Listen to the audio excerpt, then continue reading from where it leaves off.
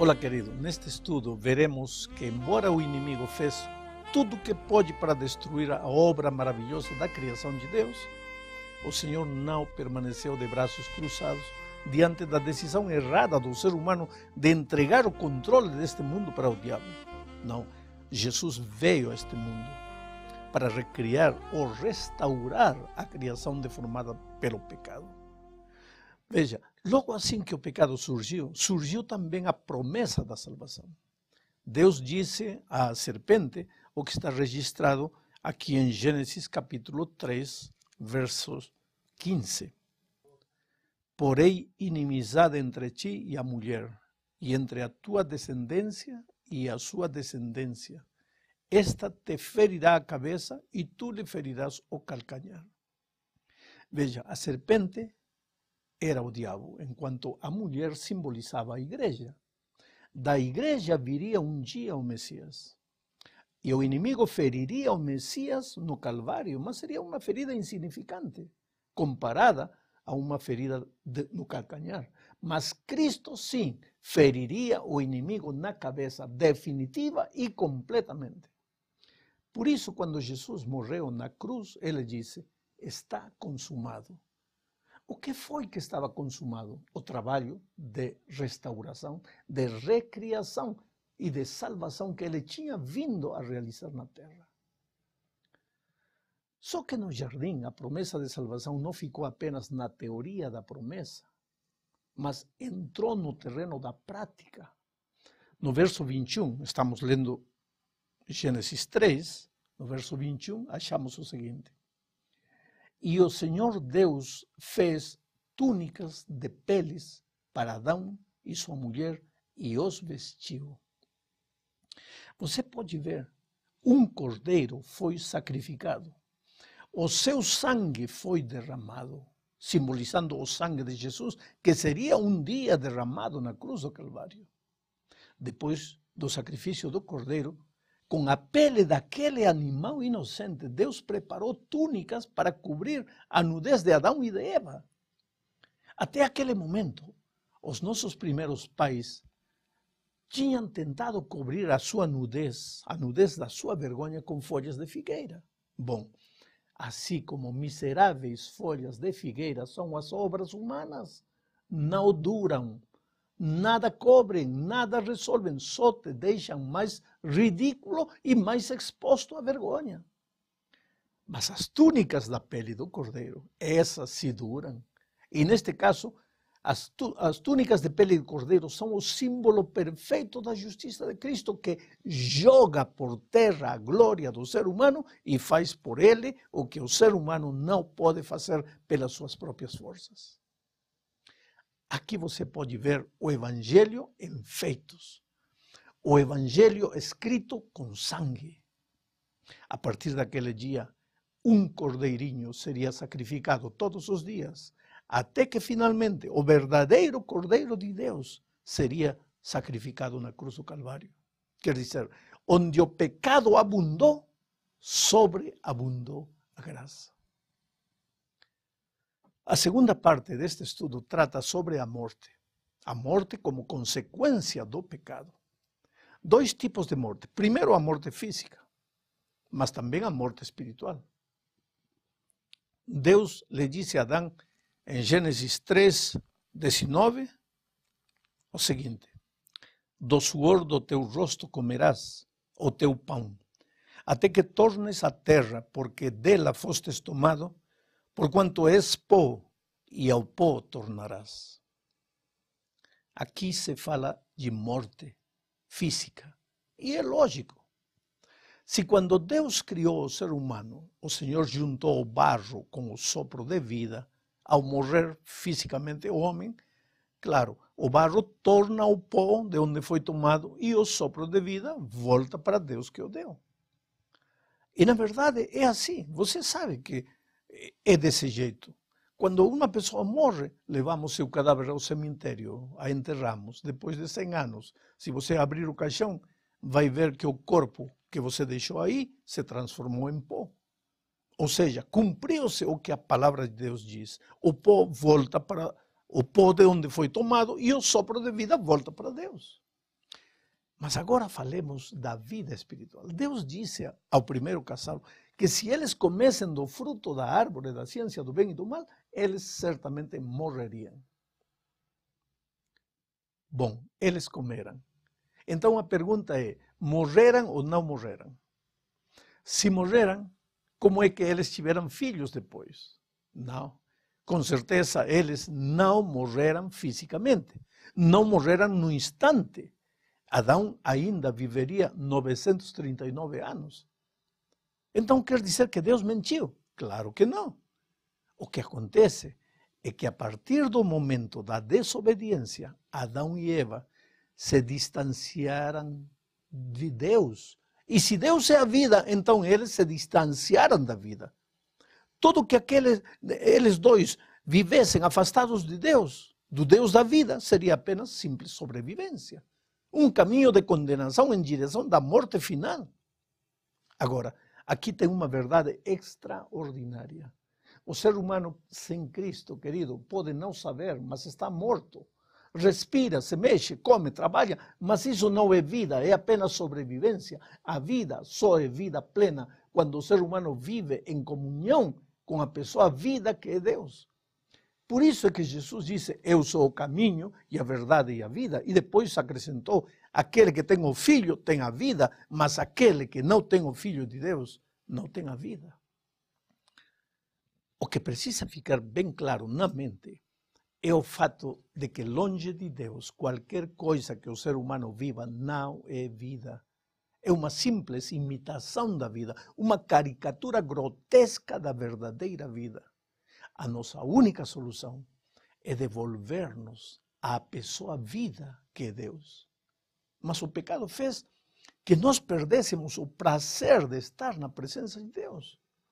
Tudo que mais deseja o nosso louco coração é distanciar-se de Deus. E sozinho tenta ser feliz do seu jeito e acaba acarretando dor e sofrimento para si e para as pessoas que ama. Por isso é que Deus é quem toma a iniciativa. E esta é a terceira parte do nosso estudo. A iniciativa da salvação é divina, não é humana. O ser humano não se salva porque deseja salvar-se, mas porque Deus deseja salvá-lo e o procura incansavelmente. No jardim, o Pai chegou chamando, e desde então a história da humanidade tem sido Deus chamando o ser humano, e o ser humano escondendo-se, fugindo de Deus.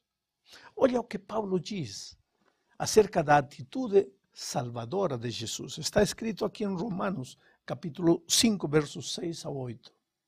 Pois quando ainda éramos fracos, Cristo morreu a seu tempo pelos ímpios, porque dificilmente haverá quem morra por um justo, pois poderá ser que pelo homem bondoso alguém ouse morrer, mas Deus dá prova do seu amor para conosco, em que quando éramos ainda pecadores, Cristo morreu por nós. O meu amigo querido, isto é admirável. A atitude salvadora de Jesus não foi uma resposta ao arrependimento do ser humano. Não, Adão e Eva nem sequer tinham consciência plena daquilo que tinham feito. Estavam com medo, envergonhados, sim, mas não estavam arrependidos. E, no entanto, Deus veio procurá-los no jardim. E agora Paulo diz que o amor de Deus se prova, se mostra para conosco no fato de que, ainda sendo pecadores, Cristo morreu por nós. Isto é graça. Graça pura, graça imerecida, somente graça, fruto da misericórdia infinita de um Deus de amor. Mas voltemos àquilo que Paulo diz. Ele começa dizendo, pois quando ainda éramos fracos, Cristo morreu a seu tempo pelos ímpios. Que patética descrição de nossa condição de perdidos, fracos, acabados, sem forças, indefesos. Nada podíamos fazer para nos salvar a nós mesmos. Precisávamos de um Salvador poderoso. E esse Salvador veio no devido tempo, diz Paulo. Agora, perceba como Deus nos descreve em nosso estado de perdição. Paulo, ele diz que nós éramos ímpios. O repete 2 vezes, nos versos 6 e no verso 8. Cristo morreu pelos ímpios, amou os rebeldes. Nos amou mesmo não havendo nada de bom em nós. Porque, querido, ímpios são aqueles que não têm o temor de Deus, não têm respeito por Deus, não reverenciam a Deus. Cristo morreu por esse tipo de pessoas. E de que forma Deus mostra o seu amor pelos ímpios? Em que direção nós deveríamos olhar para ver o amor de Deus? Porque, sabe, muitas vezes as pessoas acusam a Deus de não ter amor. Como pode um Deus de amor permitir que milhões de crianças inocentes morram de fome na Índia ou na África? Como pode um Deus de amor permitir que um tsunami arrase com milhares de vidas?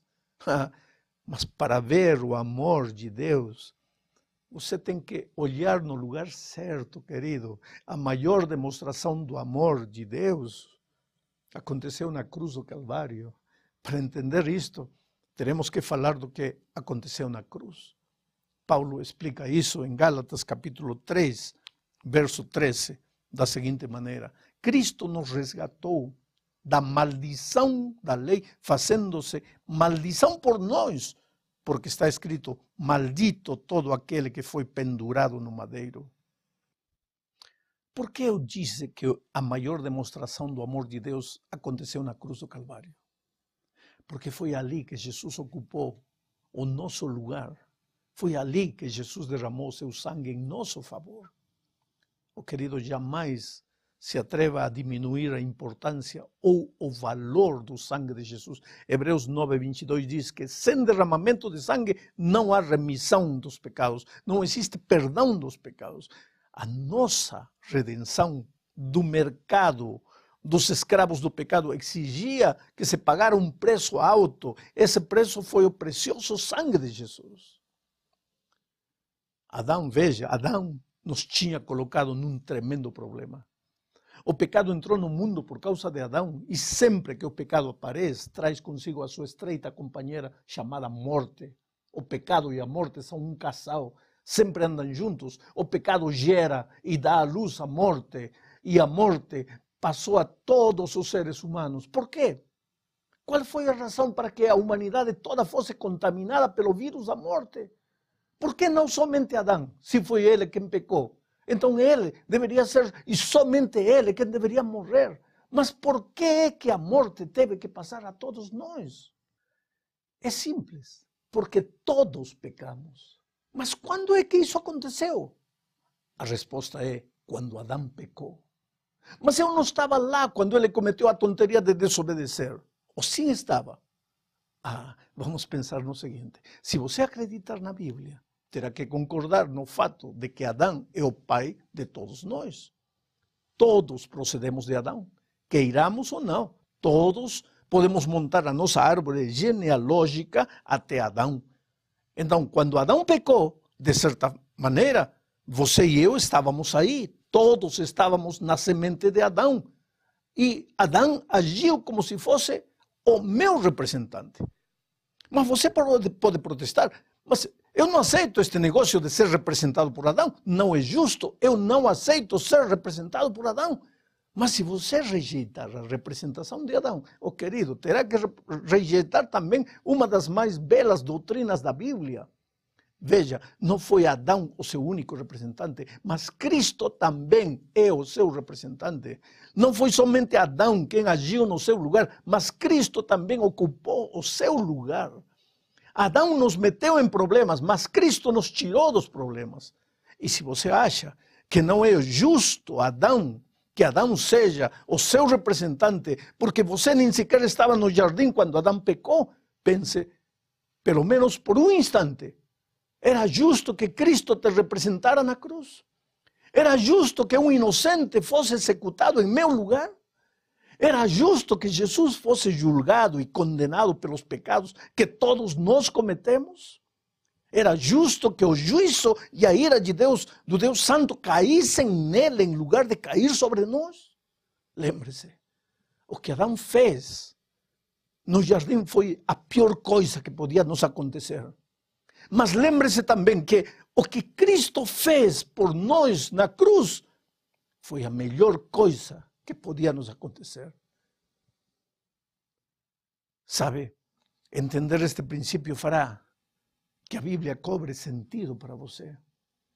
Porque quando você ler a história da queda de Adão em Gênesis 3, você sentirá que esta história não é uma história remota que nada tem que ver com você, mas que você estava lá num sentido real, porque Adão era seu representante. Você participou de aquilo que Adão fez. Na queda de Adão, todos nós caímos. Do mesmo modo, quando você ler a história da crucifixão, lembrará que você estava lá também, num sentido real. A morte de Jesus chegou a ser a sua morte. A história de Cristo chegou a ser a sua história. Quando leio acerca de Cristo sendo crucificado, isto chega a ser muito pessoal, porque eu também estava sendo crucificado lá. E louvado seja Deus. Eu também saí daquela tumba com Ele. Por isso, ninguém tem direito a viver no pecado destruído, acabado, sentindo que já não tem solução. Porque, embora o diabo destruiu a criação de Deus, o Evangelho diz que Jesus veio a restaurar essa maravilhosa criação. Este estudo termina fazendo-nos lembrar que todo o sacrifício de Cristo teve um único propósito: salvar você e restaurar em você a imagem perdida de Deus. Mas esse trabalho de restauração envolve também a promessa de uma nova criação, um novo céu e uma nova terra, onde finalmente não existirá mais dor, nem tristeza, nem doença, nem morte. Oh querido, o pecado não se levantará pela segunda vez. Finalmente esta terra contaminada findará.